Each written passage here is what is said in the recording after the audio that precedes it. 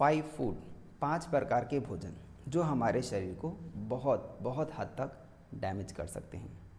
चलिए एक एक करके इनके बारे में जानते हैं। नंबर 1, मीठा।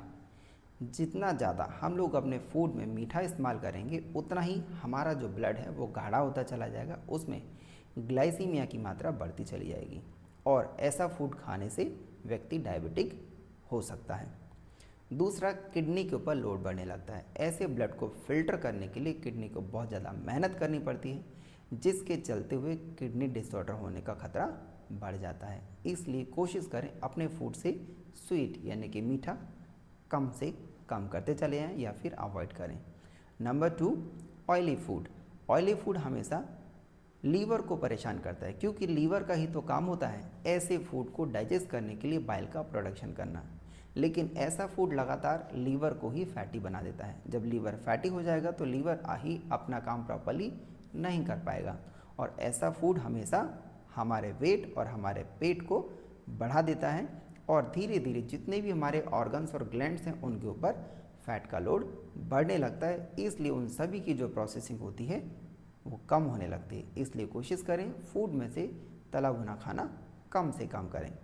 नंबर 3, कुकर वाले पके हुए चावल।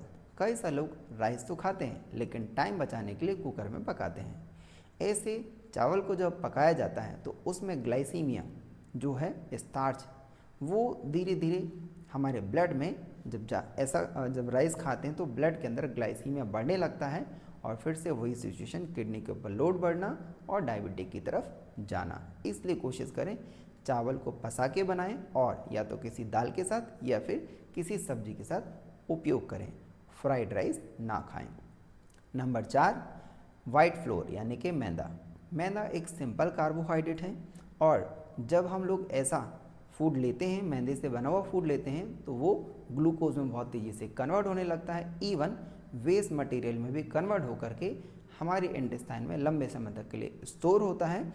फिर जाकर के गैस और कब्ज की शिकायत होना स्वाभाविक है और वहाँ से देखते हैं कि जो हमारे इंटेस्टाइन की जो म्यूकस मेम्ब्रेन है वो भी डिस्टर्ब होती है। इसलिए लंबे समय तक लोगों को कब्ज भी रहने लगता है। इसलिए मैदे को अवॉइड करें और अपने आप को हेल्दी रखें।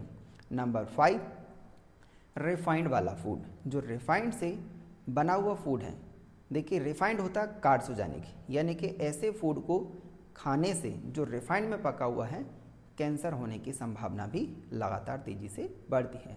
और देखते देखते आप देखिए ना, इंडिया के अंदर कितने लोगों को कैंसर ऑलरेडी हो चुका है।